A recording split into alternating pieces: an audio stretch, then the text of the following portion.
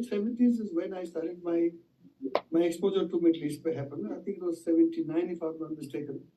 Uh, then the thing is, we were more concerned about Indian customers.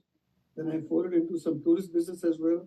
And then suddenly it came by, it so happened that I was offered to take part in an exhibition in the Middle East. We were reluctant because we have never done it before, and it was a challenge. We didn't have the material to be able to showcase over there. So I was very much intrigued by it, although my family was not so keen on it. I said, no, I have to try, and I did go into. We borrowed a few things. We had our own things, and with the potpourri of jewelry which we had, I went.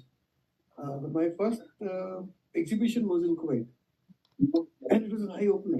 Believe me, it was an eye opener. The reaction I got from a client was not so good for at least for Indian jewelry. So I find that was quite disturbing for me when I said, "This is Hind, Indian jewelry. It's a la. This is substandard," and that bothered me a lot. I said, "This need to change." We are the oldest country with a history of maybe 5,000 years, and we have done nothing about it. So I used to tell them, listen, all diamonds are manufactured in India, and they all talked about Belgique. That's the end of it. And all right, it went on with the exhibition. It was not so very good. We managed to somehow, break even, or maybe at a loss. Came back, and everybody was disheartened.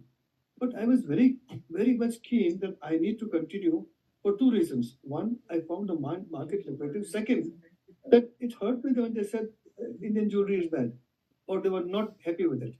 So that actually drove me more. And believe me, it took me what? Me and some of my colleagues, it took me like about 8 years to turn it around, and they were appreciating and buying Indian jewelry. They realized that yes, it is Indian jewelry which is at par, or at least coming up at par with the European jewelry, and at a much more reasonable price.